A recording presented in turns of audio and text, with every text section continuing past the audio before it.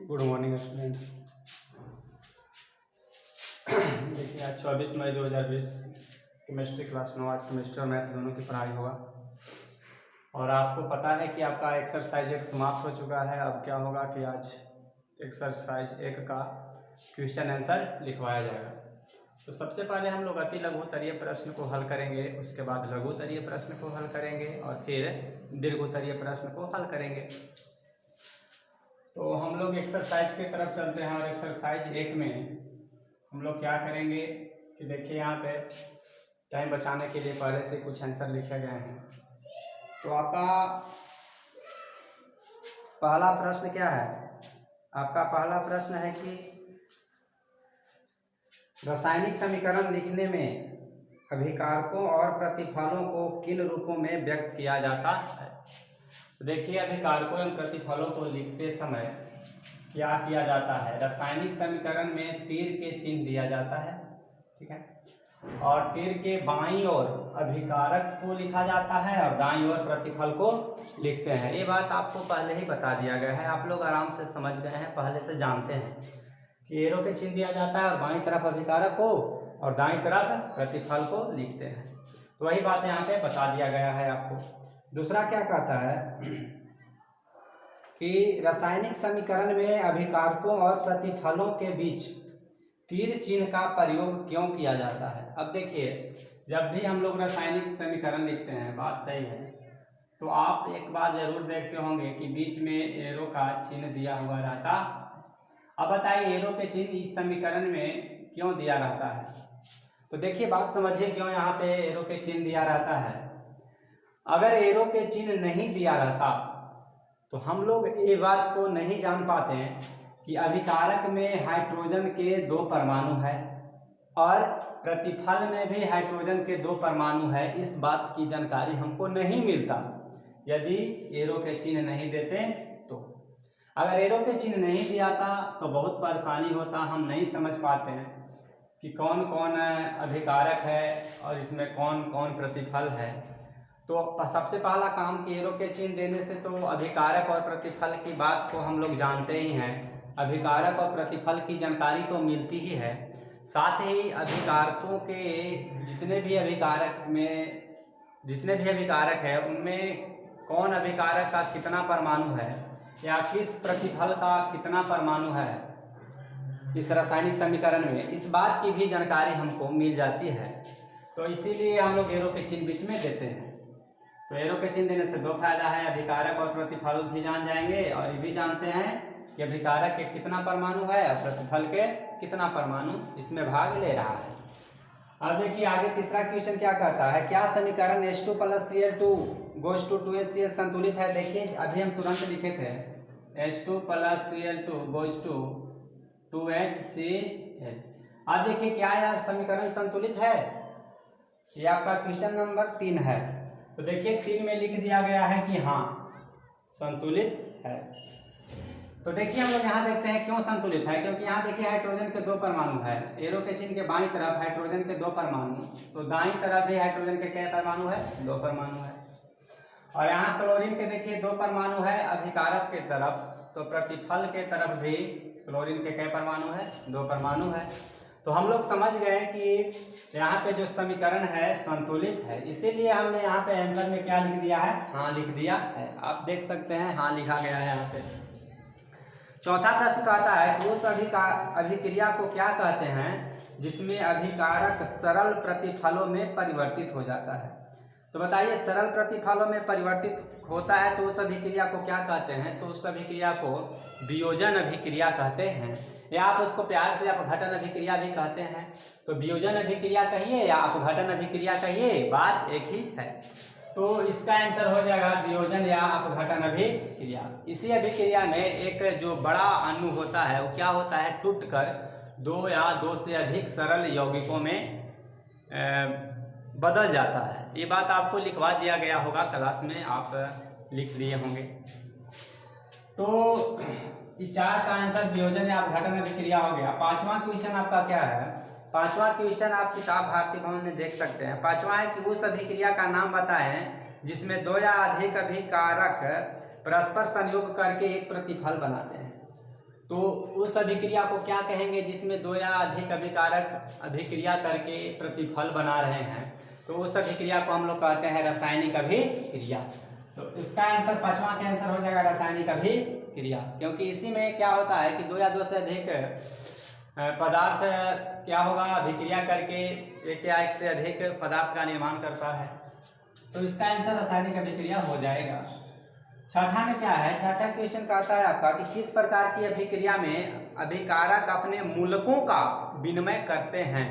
तो किस अभिक्रिया में अभिकारक अपने मूलकों का विनिमय करते हैं, तो मैं आपको बता देना चाहता हूँ। आप लोग जब उभय विस्थापन अभिक्रिया लिख रहे होंगे तो उसमें बताया गया होगा कि इसमें दो यौगिक अपने आयनों का अदला बदली करते हैं या मूलकों का अदला बदली करके दो नए यौगिक का निर्माण कर देते हैं। तो मेरे प्यारे प्यारे छात्रों, आप लोग फार्मूला मतलब कि आप डिफिनेशन से ही समझ सकते हैं, बता सकते हैं कि जब मूलकों का विनिमय होता है तो समझ लीजिए वह कौन अभिक्रिया हो रहा है, उभय विस्थापन अभिक्रिया हो रहा है। तो आपका छठा के आंसर हो गया उभय विस्थापन अभिक्रिया। अति लघु तरीय में क्वेश्चन नंबर 7 में चलते हैं। तो 7 में देखिए क्या दिया गया है कि उभय विस्थापन अभिक्रिया का एक उदाहरण सिर्फ समीकरण के रूप में लिखें। तो उभय विस्थापन अभिक्रिया के एक एग्जाम्पल लिख देना था समीकरण के रूप में। तो देखिए यहाँ पे लिखा गया है उभय विस्थापन अभिक्रिया का एग्जाम्पल। आपको क्लास में भी इस एग्जाम्पल के बारे में बताया गया होगा और बोला गया होगा कि इसमें देखिए जो Cl है प्रतिफल के तरफ OAG के साथ चला जाता है। देखिए आप प्रतिफल में देख सकते हैं यहाँ से Cl और इसका Ag दोनों एक साथ जाकर मिल जाता है, एक साथ जाके मिल गए और AgCl मतलब कि सिल्वर क्लोराइड आपको बना दिया। और यहाँ देखिए Na किसके साथ दोस्ती कर लेता है, Na दोस्ती कर लेता है NO3 के साथ और क्या बनाता है, सोडियम नाइट्रेट बना देता है आपको। तो पहिलका अभिकारक के जो मूलक है या आयन कह सकते हैं आप, पहिलका अभिकारक के जो आयन है वो दूसरका अभिकारक के साथ जाकर मिल के AgCl बना देता है।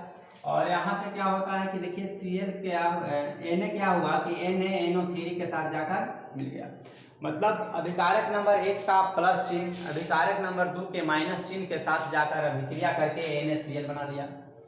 और अभिकारक नंबर 1 का माइनस और अभिकारक नंबर 2 का प्लस वाला जो चिन्ह वाला जो यहाँ पे है आयन, वो क्या हुए कि एक साथ मिलके AgCl बना लिए। और फिर से सुनिए, पहला अभिकारक के प्लस और दूसरा अभिकारक के माइनस NaNO3 बना लिए। पहला अभिकारक के माइनस और दूसरा अभिकारक के प्लस, इन लोग मिलके एक अलग बना लिए। तो यहाँ पे यही हो रहा है, पहला दूसरा के साथ मिल जा रहा है और दूसरा पहला के साथ मिल जा रहा है और इस प्रकार से ऐसी अभिक्रिया हो जा रही है। तो ये आपको क्लास में बता दिया गया है, बहुत अच्छा से बताया गया है। तो ये आपको आप इसको समझ गए होंगे, ये भी हम उम्मीद करते हैं। तो चलिए आपको क्वेश्चन नंबर 7 का आंसर हो गया। तो इतना तक क्या करेंगे, वीडियो को पॉज करेंगे और वीडियो को पॉज करने के बाद आप क्या करेंगे, इतना लिख लेंगे, फिर हम लोग आगे बढ़ेंगे, तब तक इतना लिख लिया जाए। 7 तक आंसर है।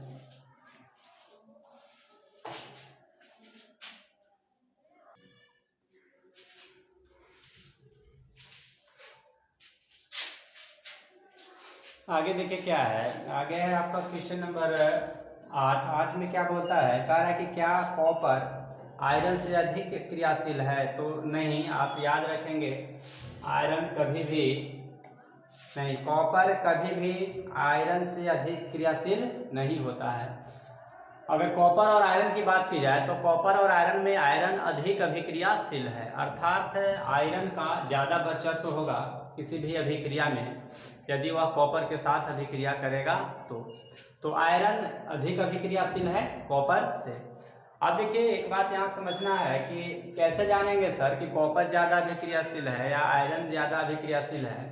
तो ये आप प्रयोग द्वारा देख सकते हैं। किसी प्रयोग में आप जब देखेंगे कि आयरन ने कॉपर को विस्थापित कर दिया तो आप समझेंगे कि आयरन अधिक अभिक्रियाशील है, और यदि कॉपर आयरन को विस्थापित कर देता है किसी भी रासायनिक अभिक्रिया में तो आप समझेंगे कि कॉपर अधिक अभिक्रियाशील है।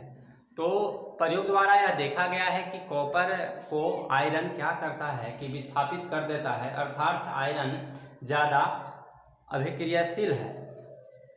और अगर अभिक्रियाशील श्रेणी की बात किया जाए तो आपको मैं अगला चैप्टर में एक चार्ट की तरह ऊपर से नीचे तक बहुत सारे जो तत्व है उनका नाम लिख देंगे और उसमें बता दिया जाएगा, कुछ आपको याद करने के लिए मिलेगा कि कौन पदार्थ से अधिक अभिक्रियाशील है। तो उसको हम चैप्टर नंबर 2 में लिखेंगे। अभी यहाँ पे यही याद रखना है कि आयरन कॉपर से अधिक अभिक्रियाशील होता है। तो इसका आंसर हो जाएगा नहीं, मतलब कि कॉपर आयरन से अधिक अभिक्रियाशील नहीं है, तो आंसर हमने नहीं लिख दिया। नवा क्या कहता है, क्या संयोजन अभिक्रिया ऑक्सीकरण अवकरण अभिक्रिया है? तो देखिए, अगर जहाँ तक संयोजन अभिक्रिया की बात की जाए तो कभी कभी ऐसा देखा गया है कि संयोजन अभिक्रिया ऑक्सीकरण अवकरण अभिक्रिया हो सकता है, तो वही हमने लिख दिया है, संयोजन अभिक्रिया ऑक्सीकरण अवकरण हो सकता है। क्लियर नहीं बोल रहा हूँ, लेकिन हो सकता है। अब देखिए 10 में क्या बोलता है, 10 में है कि क्या उभय विस्थापन अभिक्रिया ऑक्सीकरण अवकरण अभिक्रिया है? तो देखिए, उभय विस्थापन अभिक्रिया के बारे में अगर कोई बोले कि बताओ क्या यह ऑक्सीकरण अवकरण अभिक्रिया है कि नहीं है, तो उभय विस्थापन अभिक्रिया कभी भी ऑक्सीकरण अवकरण अभिक्रिया नहीं हो सकता है, इसलिए हमने इसका आंसर नहीं लिख दिया है। आगे 11 नंबर क्वेश्चन में क्या बोलता है, हमारे शरीर में भोजन का पचना किस प्रकार की अभिक्रिया है? तो आप इसका आंसर लिखेंगे ऑक्सीकरण अभिक्रिया है। तो कभी कभी आपको ऑक्सीकरण ना कह करके आपको अगर ऑप्शन में वियोजन डाल दिया जाए, मतलब कि अपघटन डाल दिया जाए, तो उसको भी आप आंसर सही मानेंगे। तो भोजन का पचना वियोजन अभिक्रिया भी कह सकते हैं, और नहीं तो ऑक्सीकरण अभिक्रिया भी कह सकते हैं। जो ऑप्शन रहेगा उस पर आप टिक आउट कर देंगे, तो ऑक्सीकरण अभिक्रिया या वियोजन अभिक्रिया। आगे क्या कहता है, आगे क्वेश्चन नंबर 12 में क्या कह रहा है कि प्रकाश रासायनिक अभिक्रिया का 2 उदाहरण दें। तो देखिए, प्रकाश रासायनिक अभिक्रिया का उदाहरण हमने जब आपको फेयर नोट्स में लिखवाया गया होगा तो उस समय 2 उदाहरण दे दिए गए होंगे, ऐसा मैं आशा करता हूँ। अगर नहीं 2 उदाहरण दिए गए होंगे तो चलिए कोई बात नहीं है, आपको यहाँ पे 2 उदाहरण दे दिया गया है। जब हाइड्रोजन क्लोरीन से अभिक्रिया करता है तो HCl बना देता है, पहला ही हो गया आपका उदाहरण। और दूसरा है, देखिए वो प्रकाश रासायनिक अभिक्रिया वाला उदाहरण है आपका कि प्रकाश संश्लेषण वाला है आपका उदाहरण कि यहाँ पे 6 अणु कार्बन डाइऑक्साइड के 6 अणु जल के 6 अणु से अभिक्रिया करते हैं तो ग्लूकोज प्लस ऑक्सीजन का निर्माण होता है। ये आपको प्रकाश संश्लेषण अभिक्रिया उदाहरण के रूप में यहाँ पे दे दिया गया है। तो यही 2 उदाहरण है। तो आप क्या करेंगे, 12 तक आप वीडियो को पॉज कीजिए और 12 तक आंसर लिख लेंगे, फिर आगे हम लोग बढ़ेंगे।